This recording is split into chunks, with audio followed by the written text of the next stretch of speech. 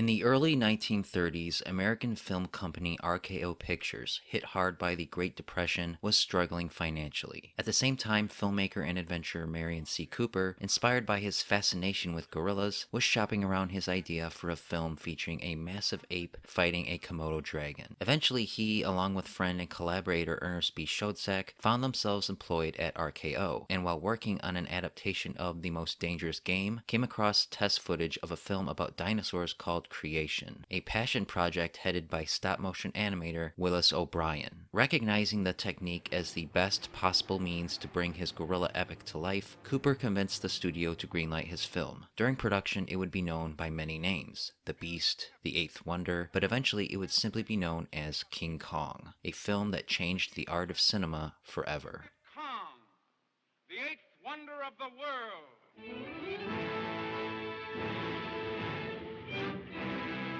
It is 1932, and filmmaker Carl Denham has yet to find his leading lady for a mysterious new film he intends to make halfway across the world. The night before they depart, he comes across Ann Darrow, a down-on-her-luck New Yorker who jumps at the opportunity for adventure. Just before they arrive, Denham reveals they are heading to Skull Island, an uncharted island purported to be the home of a legendary beast named Kong. There they witness the natives preparing a mysterious ritual sacrifice, who, upon seeing Ann, kidnap her and offer her to their god, Kong, a gigantic ape who immediately becomes infatuated with her. It's now up to Carl Denham, first mate Jack Driscoll, and the rest of the crew to venture into the heart of the island and face off against an amalgam of prehistoric monstrosities to save Anne from the clutches of the beast.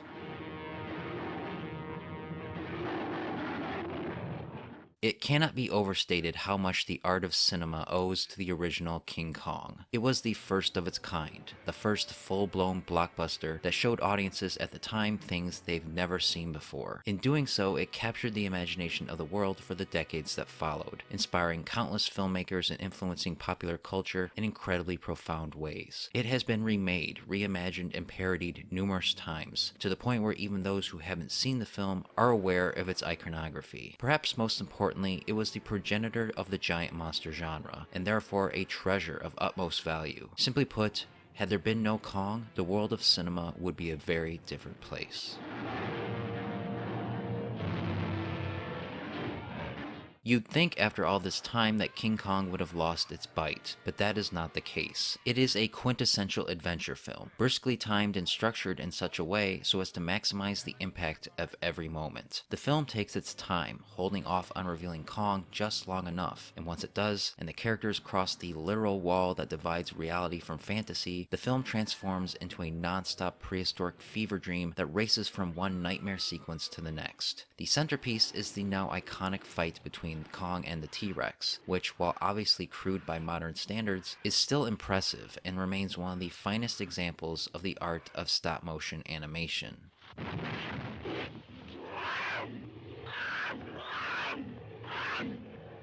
King Kong has a rather large cast of supporting characters, but the narrative is divided amongst its trio of leading players, at the forefront of which is Carl Denham, played by Robert Armstrong. A not-so-subtle stand-in for director Marion C. Cooper himself, Denham is a cocky, tenacious thrill-seeker, and Armstrong manages to make him likable even as his stubborn showmanship causes nothing but pain and suffering. Bruce Cabot plays the gruff and tough sailor Jack Driscoll, and while his initial temperament, particularly towards Anne, is immediately off-putting, he becomes a more likable leading man as the film goes along. The real star, though, is Fay Wray, who radiates in every scene she's in, and while her role is almost insultingly simple, especially by today's standards, she fits into the damsel in distress role so organically that it's no wonder she became an icon of cinema. Scream, man! Scream for your life!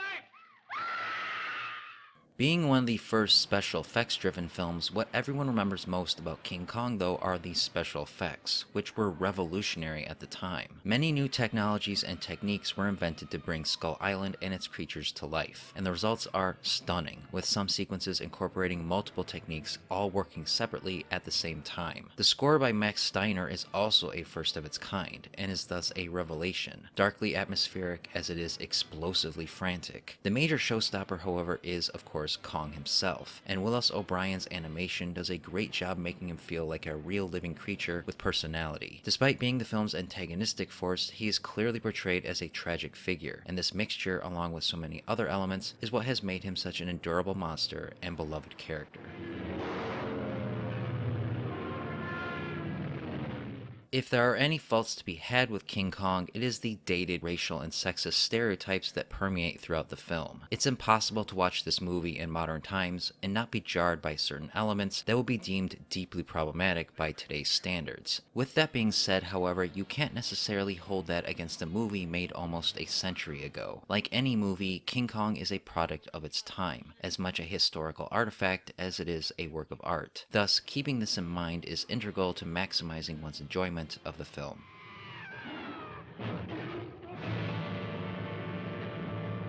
What shouldn't be controversial, though, is how important the original King Kong is, not just within the film industry, but within the broader culture of modern Western society. The movie was a game changer in every way. It helped establish the language of cinema and push the craft of filmmaking to a new level. So much of what we take for granted about movies and how they are made and presented, we owe to King Kong. It is the prototypical monster movie that inspired multiple generations of storytellers and countless imitators, and in the process spawned an entire genre.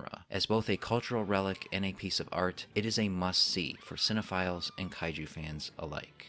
For more reviews and opinions on all things King Kong, subscribe and stay tuned to Up From the Depths.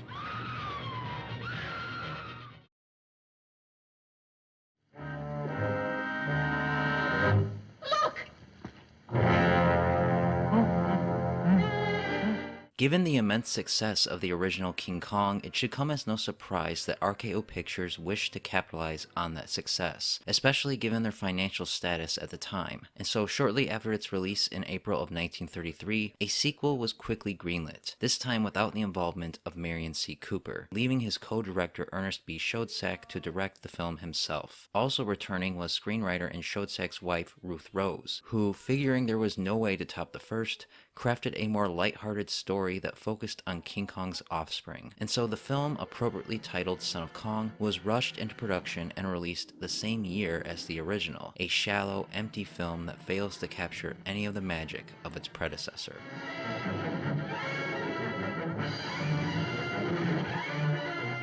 A month has passed since Kong's rampage through New York City, and filmmaker Carl Denham is tied up in numerous lawsuits. Threatened with criminal indictment, he skips town aboard the Venture with Captain Engelhorn, reserved to shipping cargo for a living. While stopped in the Dutch port of Dakang, he comes across the daughter of an animal entertainer named Hilda, as well as a Norwegian skipper named Nils Hellstrom, who claims there is a treasure hidden on Skull Island. Seeing the solution to their financial woes, Denham and Engelhorn head back to the island, which causes the crew of the Venture to mutiny, leaving them, along with Hilda and Hellstrom, stranded with no help to be found. That is, until they come across the young son of the mighty King Kong, who takes a liking to Denham and protects him from the island's more hungry inhabitants.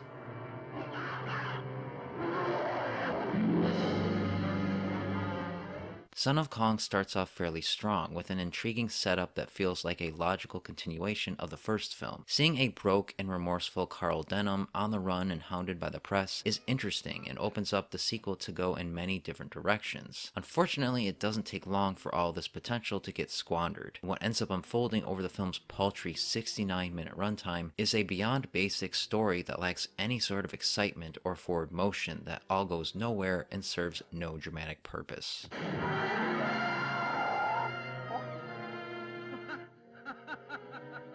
By far the film's worst aspect is its pacing. Despite being a much shorter film than the original, Son of Kong takes a lot longer to get going, which wouldn't necessarily be an issue, but the story is leisurely paced and less focused, meandering through every moment with little sense of direction. The characters don't actually make it to Skull Island until well over halfway through the film, and when they do, nothing really dramatic or exciting happens. In fact, the characters are oddly relaxed despite being stranded on an island they know is teeming with man-eating monsters, treating it more like an inconvenient vacation than a life or death scenario. There is no tension, no suspense, and absolutely no sense of danger or adventure. The whole film feels like it's on a downer, making for a tedious viewing experience.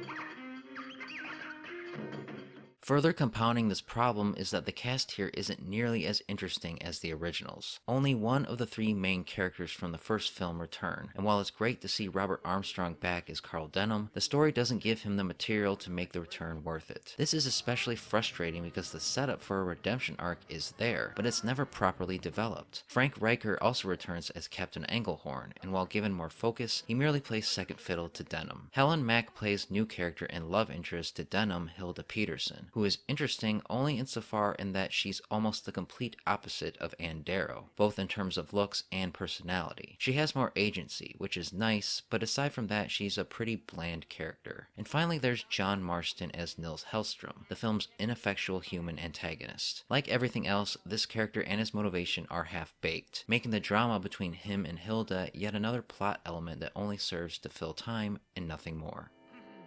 Well, here we are. Just one big happy family.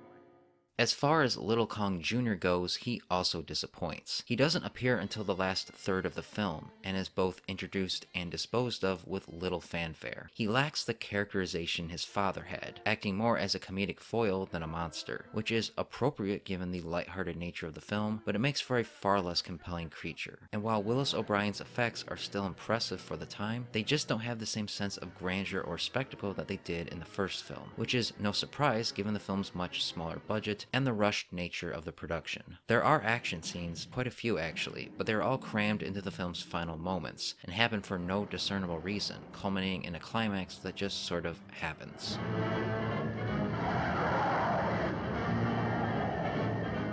Son of Kong is exactly what you'd expect, a cheap cash grab made on the fly to capitalize on its wildly successful predecessor. An intriguing setup quickly gives way to substandard storytelling that makes no attempts to evolve the characters or the mythology that had been set up in the first film. The film's saving grace is Robert Armstrong as Carl Denham and Willis O'Brien's effects work, but beyond that there is none of the spark that made the original King Kong such a special film. It's a drab, plotting, and uninspired sequel that will likely bore even the most hardcore fans of this famous movie monster.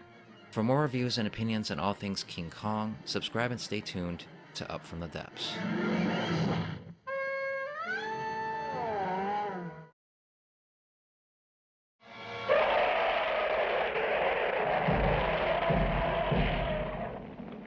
Following the success of King Kong vs. Godzilla, Toho, still retaining the rights to the character, was eager to make a standalone Kong film. After their first attempt evolved into another Godzilla film, it was decided to make a loose cinematic adaptation of the King Kong animated series airing at the time, which had Kong going on adventures with a human family, protecting them from various monsters and mad scientist plots. The always reliable Ishiro Honda was brought on to direct, as was special effects director Eiji Tsuburaya and musical composer Akira Ifukube. And so with Toho's Golden Boys at the helm, King Kong Escapes stomped its way into theaters in 1967, a delightfully quirky gem of a movie that carries the distinct honor of being the only Japanese Kong film ever made. The nefarious Doctor Who has constructed a robot copy of King Kong he calls Mechani-Kong, and plans on using it to mine a highly valuable element called Element X for the benefit of the mysterious and beautiful Madame Piranha. Meanwhile, a Yuan research submarine under the command of Carl Nelson stops for repairs near Mondo Island, where they encounter the mighty King Kong, who befriends them and protects them from the other creatures of the island. Following the failure of Mechani-Kong, Doctor Who kidnaps the real Kong and forces him to dig for Element X instead. And now it's up to Carl Nelson, along with his colleagues Jiro Nomura and Susan Watson, to free Kong and stop Doctor Who from fulfilling his wicked plans.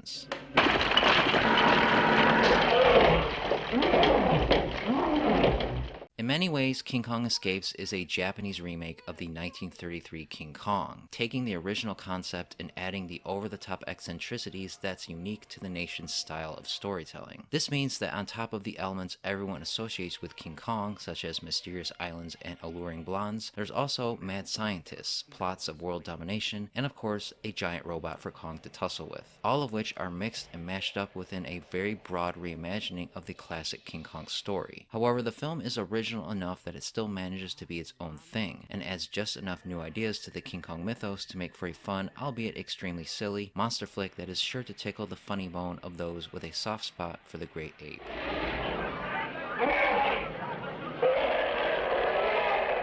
Yes, King Kong Escapes is unique in many ways. First and foremost, because it is a distinctly Japanese take on an American monster, filtered through the lens of the animated series that inspired it. This makes it a rather special entry, both within the King Kong series and Toho's vast library of kaiju films. Many of its characters and plot points are ripped straight from the sorts of spy films that were popular at the time, and all of it is as silly as you would imagine it to be. But that is the film's charm. While it doesn't break new ground in any particular way, it's consistently entertaining, well-paced, and has enough action scenes to keep you engaged all the way through.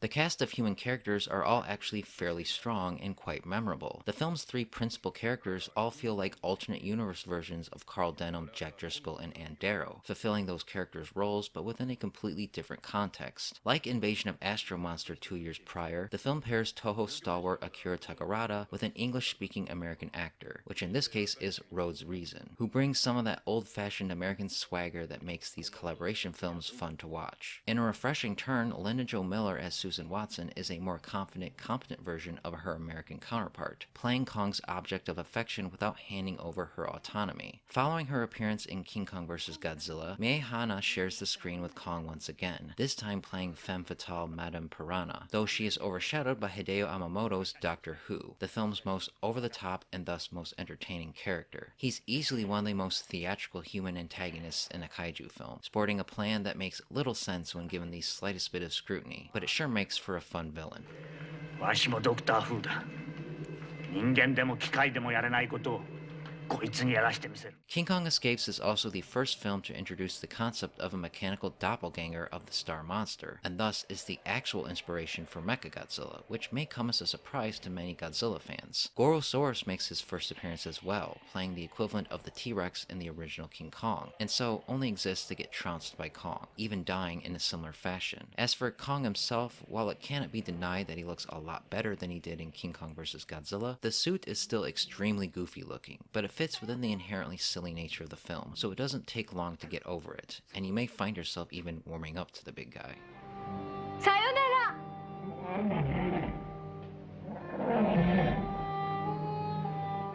Given the experience of the filmmakers involved, it's no surprise that King Kong Escapes is a well-made movie for its time. Ishiro Honda's direction is solid as always, and the special effects and model work by Ijai Tsuburaya are very good. And as always, Akira Ifukube lends the film a few memorable tunes, some of which would later be reused in future Godzilla films. Really, the biggest thing holding the film back is that so much of it is a retread of the classic King Kong story, which wouldn't necessarily be a problem if Toho themselves hadn't reused and repurposed those very same elements in many of their prior films. This is something Kong wouldn't be able to escape for many decades later, which just goes to show you how influential the original film was.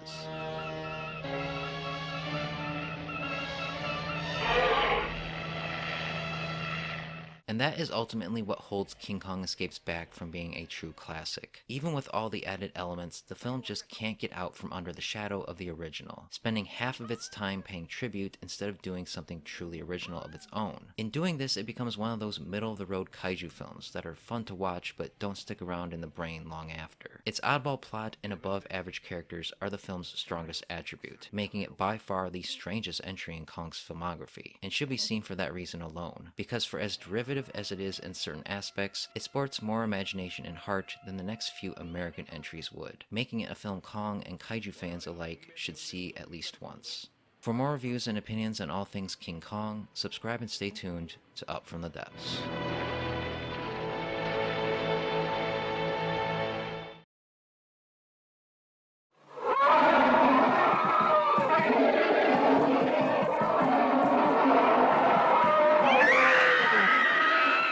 In the mid-1970s, veteran Italian film producer Dino De Laurentiis struck a deal with Paramount Pictures to remake King Kong, figuring that the then 40-year-old film was ripe for an update that could take advantage of modern-day special effects. Initially, Roman Polanski was asked to direct, but the job eventually went to British filmmaker John Guillermin, best known for the Academy Award-nominated disaster film The Towering Inferno. Accompanied by rising stars Jeff Bridges and Jessica Lange, King Kong was released in theaters in the winter of 1976, an audacious, if somewhat misguided remake that fails to capture the fun, adventurous spirit of the original.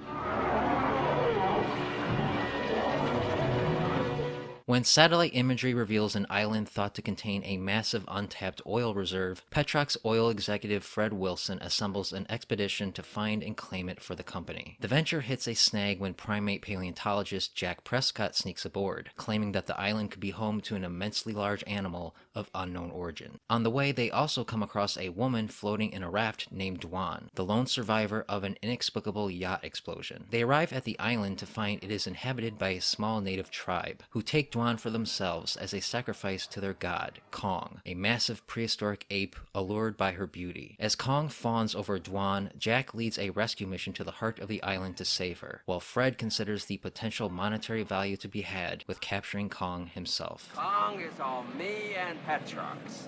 A Fred S. Wilson exclusive. The 1976 King Kong was one of the biggest and most expensive films of its time, which makes it all the more perplexing how it manages to miss the mark in so many ways. This King Kong is an entirely different breed of film than the first, a dull, drab remake, uninterested in indulging with the over-the-top action set pieces and terrifying prehistoric monsters that made the original one of the greatest creature features of all time. Instead, as written by screenwriter Lorenzo Semple Jr., this Kong presents itself as a tragedy that's as silly as it is serious, with one of cinema's strangest love stories at the center. The result is a film that is somehow even more bizarre than the original, while simultaneously more grounded and restrained, making for a somewhat disjointed movie that still manages to entertain despite its many faults.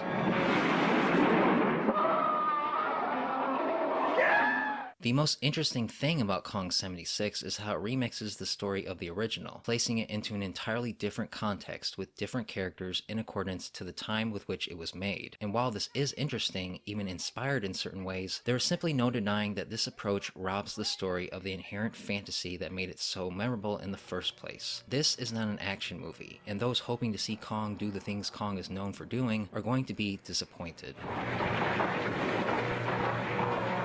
That being said, the film's biggest accomplishment is how it recontextualizes the classic Kong-Ann relationship into something more innocent, tender, and reciprocal. And while the results lead to some fairly uncomfortable moments on screen, you end up feeling sorry for Kong in a much greater degree than you do in the original, which portrayed him more as a straight-up monster. This Kong is more of a character, performed wonderfully by Rick Baker, whose eyes add a real sense of pathos to the creature. It's a very different interpretation of the character, but a welcomed one that would influence the cultural perception of Kong going forward.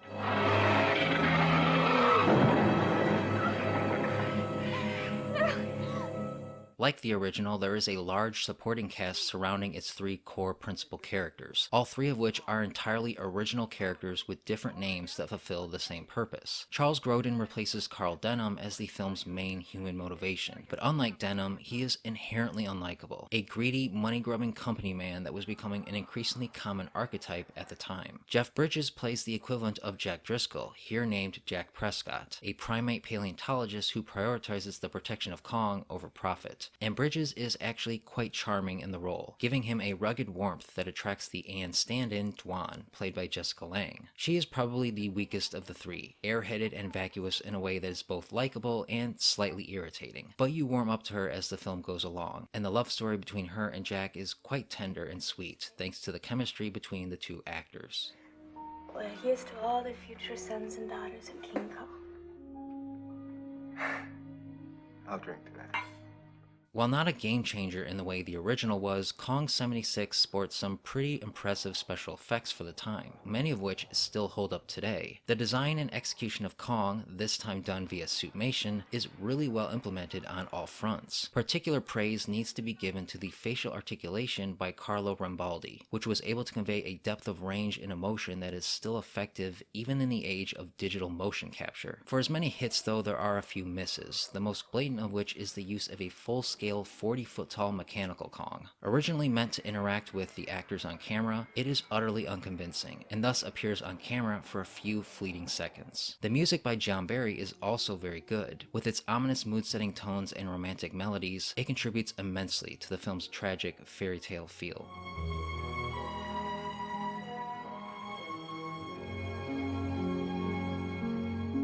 In the end though, the 76 King Kong remake, like most of the Kong films that came before and after, can't get out of the shadow of the original. For as different as it is, it adheres quite strictly to the blueprint of the 33 classic. But without the sense of wonder and adventure, it just rings hollow. It simply lacks imagination, which the original had in spades. The best thing about it is what it does differently, mainly the relationship between Kong and Dwan, but it comes at the expense of any real excitement, so even that feels underwhelming. It's a well-made film and entertaining in its own way, but like so many remakes, it just can't hold a candle to the original. For more reviews and opinions on all things King Kong, subscribe and stay tuned to Up From the Depths.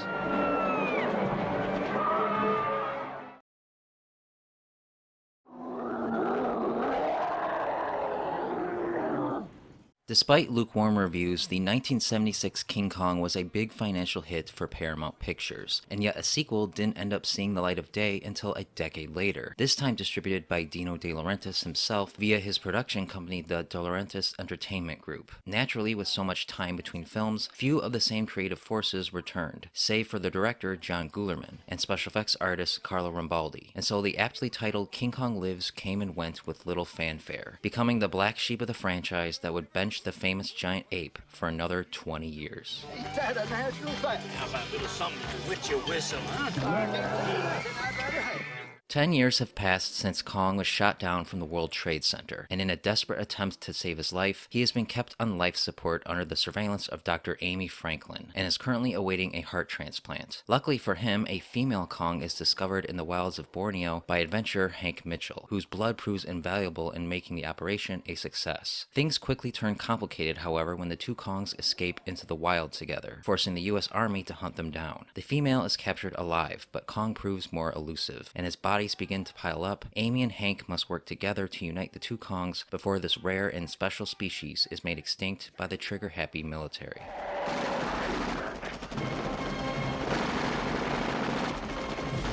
King Kong Lives has the reputation of being the worst of the Kong films, and at face value for good reason. Much like Son of Kong was to the original, this film is an explicit cash grab sequel to the 76 film, only 10 years too late. It is cheaper, duller, and sillier, and steeped in even more uncomfortable romance, this time of the gorilla kind. And yet there is an undeniable B-movie charm to the film, which doesn't take itself seriously at all. And when the focus is purely on Kong and not the rather bland human characters that make up the cast, it can actually be quite a bit of forgettable fun, the kind you turn on for some pleasant background noise while focusing on something else.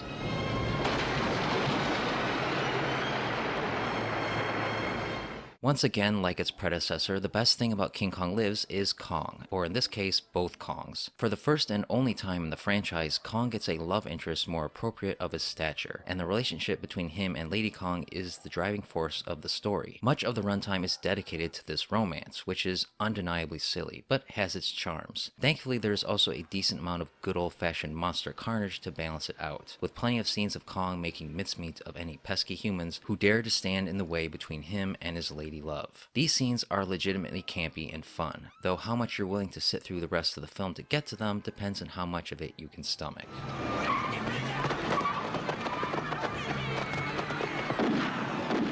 Conversely, the worst thing about King Kong Lives is that it's just kind of boring. The movie feels like it's almost over about halfway through, leaving you to wonder what the next half hour could possibly entail, which it turns out isn't much. There's a small subplot involving wacky redneck hunters that, while fun, is clearly meant to fill time. There's even an extended heart transplant at the beginning that feels completely unnecessary and may make some more sensitive audiences a tad queasy. Basically, this is a film where very little happens over a long period of time, making its 100-minute long runtime feel twice that.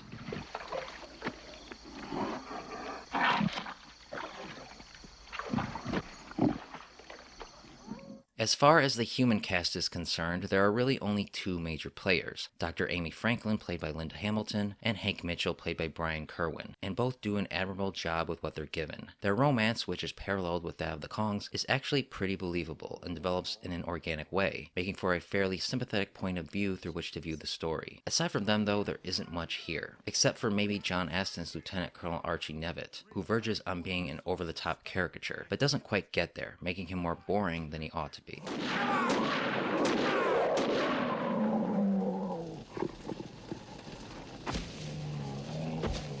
The special effects of King Kong Lives actually hold up quite well despite the smaller budget. Suitmation is once again used to bring both Kongs to life, and while not quite as good as the first film, the level of expressiveness and characterization brought to the creatures is still really impressive. Still, there are some dopey looking moments here and there, but they are surprisingly few and far between. The main theme by composer John Scott is also very good, reflecting the over-the-top cheesy romanticism that defines the film. The whole production is just really solid on all fronts, which is shocking considering the film's reputation for being utter schlock.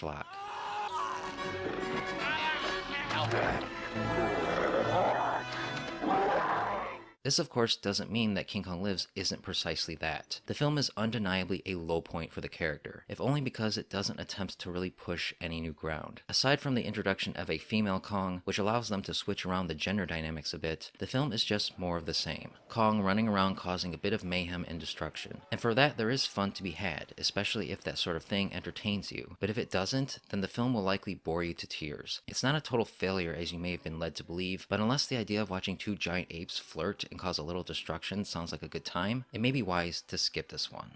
For more reviews and opinions on all things King Kong, subscribe and stay tuned to Up From the Depths.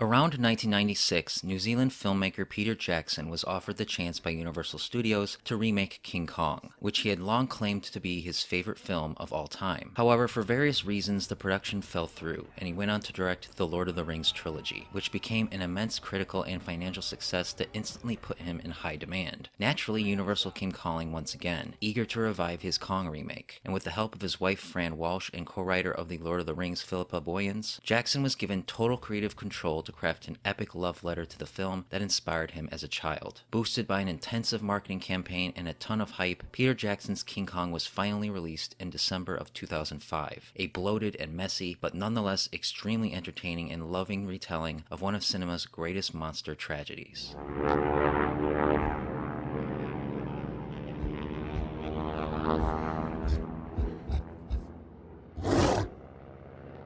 The year is 1933, and down on her luck vaudeville actress Ann Darrow has a chance meeting with filmmaker Carl Denham, who recruits her to star in an adventure film he plans to make halfway around the world. Unbeknownst to her and playwright Jack Driscoll, whom he had schemed into tagging along as a screenwriter, he has directed the crew of the SS Venture to head towards Skull Island, a mysterious uncharted land that no one has ever returned from. There they encounter hostile natives, who kidnap Ann and offer her as sacrifice to their god Kong, a 25-foot-tall gorilla who takes a liking to the plucky golden-haired beauty. Desperate to save her, Jack leads a rescue mission into the heart of Skull Island, which quickly both parties realize is teeming with all forms of hostile prehistoric life.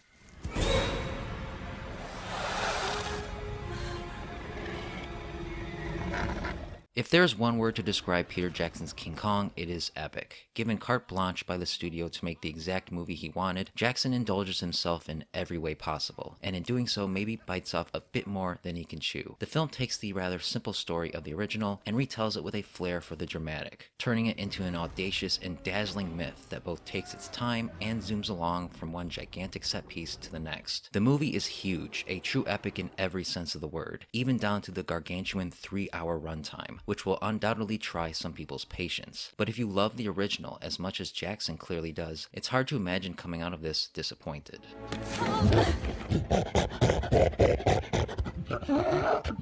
The film's greatest strength is its world building. The film starts off strong, with a beautiful recreation of 1930s Depression-era New York, and from there continues to impress. Skull Island is given even more attention, teeming with creepy crawlies and nightmarish monstrosities that consume everything in sight. Skull Island has never felt more dangerous, and Peter Jackson taps into his horror roots and crafts some sequences of real, genuine terror. The only problem is that it can get a bit too much at times. Action scenes can be a little over the top, bordering on cartoony even, and this often clashes with the sense of danger you're meant to feel. Nonetheless, the film is filled to the brim with thrilling set pieces, the centerpiece once again being Kong's fight with the T-Rex, only here it is 3 times bigger. Literally.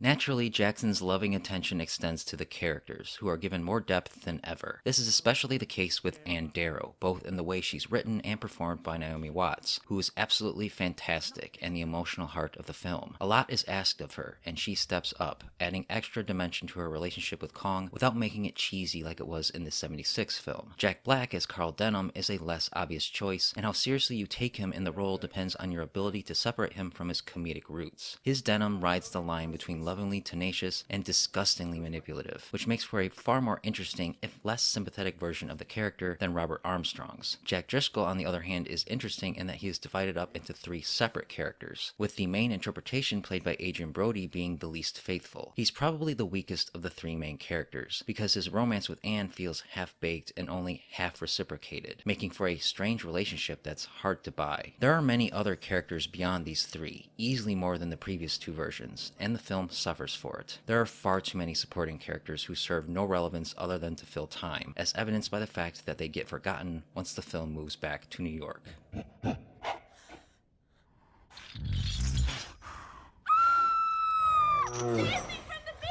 The other main star of the film is of course Kong, here played by longtime Jackson collaborator Andy Serkis via the magic of motion capture. More so than any other version of the character, Serkis brings real depth and emotion to Kong. He is more humanized than ever, and what happens to him is genuinely sad, to the point where you may even find yourself holding back tears. And that's because of his and Naomi Watts' incredible acting opposite one another, and the then groundbreaking special effects at the time.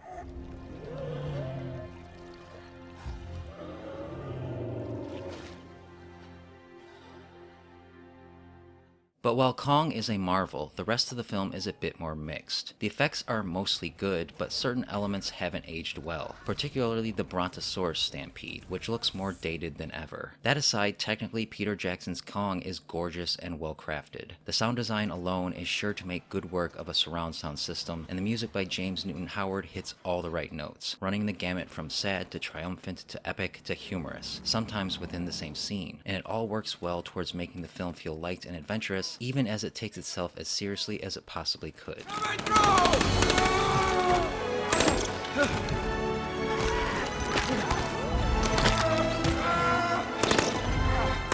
And so, if there's anything to take away from Peter Jackson's King Kong, it is how obviously in love he is with the story. You can feel the reverence for the original film pouring through every frame, and if you appreciate it as much as him, you'll likely love it. But there's no denying that the film stretches itself thin. There's a tighter, more exciting film within this epic, and the way it indulges in itself sometimes borders on comical. It's a little hammy and melodramatic in the same way Jackson's Lord of the Rings films are, but without the density of the latter's source material, it can get a bit much. All that said though, the film is still a triumph, and easily the best Kong film since the original, because it excels at capturing its spirit more than any other. Simply put, there will never be a need for another remake ever again, because there will never be a more faithful or epic retelling than this. For more reviews and opinions on all things King Kong, subscribe and stay tuned to Up From the Depths.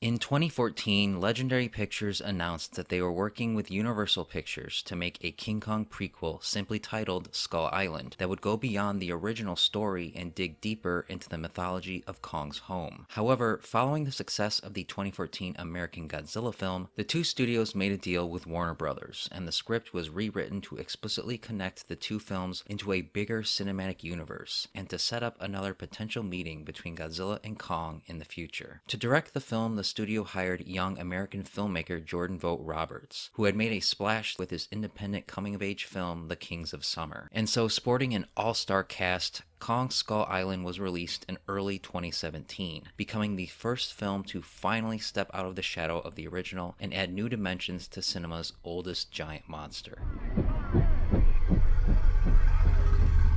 The year is 1973, and just as the Vietnam War is drawing to a close, satellite imagery has revealed a legendary island shrouded in fog called Skull Island. Seeing a last opportunity to prove his theories correct, head of the U.S. branch of Monarch, Bill Randa, assembles a military-led expedition to the island, where they discover a massive bipedal ape named Kong, who attacks, leaving them stranded and forced to fend for themselves against the island's many other nasty beasts. Luckily for them, they encounter Hank Marlowe, a U.S. soldier soldier who has befriended the natives and has been living on the island since World War II. With only 3 days to reach a rendezvous point and escape, the group must trek across the island, all while evading the man-eating skull crawlers, all with the hope that the island's protector Kong will fight them off and protect them.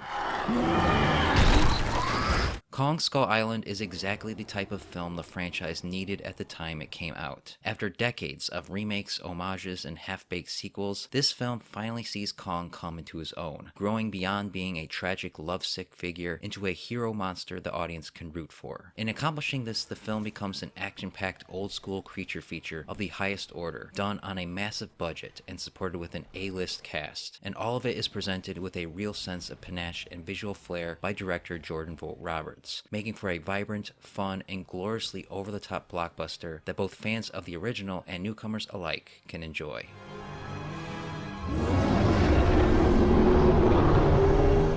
Indeed, Kong Skull Island's greatest accomplishment is how it modernizes a classic character while still maintaining the feel of a classic monster movie. Unlike previous Kong films, this film wastes little time getting to the island, which does make the first act feel rushed and underdeveloped. But the film knows what you're here to see, and once the characters make it to the island, all hell breaks loose. And from that point forward, it is one fast-paced romp from one excellent set piece to the next. The film benefits from having a cheeky self-awareness that lends it a dark, humoristic edge. It's surprisingly brutal and relishes in seeing the cast get gobbled up one by one.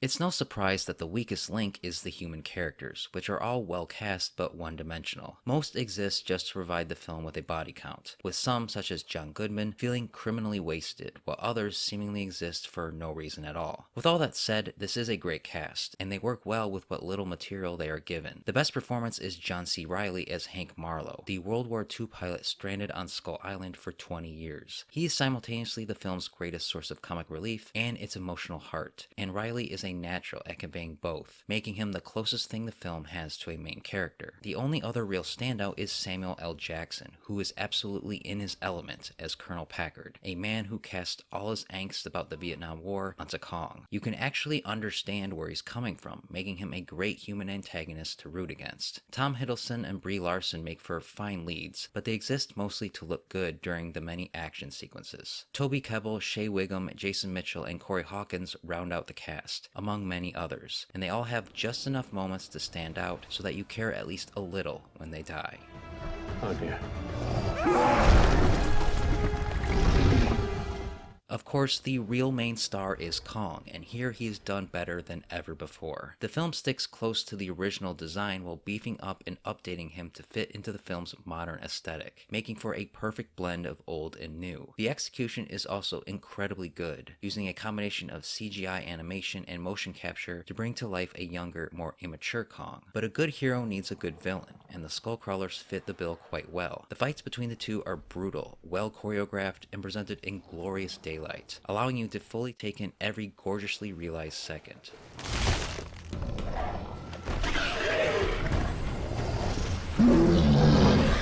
From an overall production standpoint, Kong Skull Island also impresses. Much of the movie was filmed in the actual jungles of Vietnam, which goes a long way towards making Skull Island feel like a real, tangible place, while also creating a distinct look that differentiates it from past versions. Jordan Vogt-Roberts' direction is really sharp, crafting some truly beautiful shots that capture the awe and majesty of Kong in ways never seen before. And while the music by Henry Jackman is a little on the bland side, it does contain a few memorable themes, and is supplemented by some classic tunes of the era that sets the mood perfectly. Kong Skull Island excels at exactly what it set out to be, a classic monster romp that finally breaks Kong free from the shackles of the original while still paying homage to it. Sure, the characters are fairly stagnant, as they often are with these movies, but they all stand out and are performed by a great cast. But the film knows you're watching for the monsters, and it delivers. It is chock full of tons of cool creatures that monster lovers are sure to go crazy over. The film is just fun from beginning to end.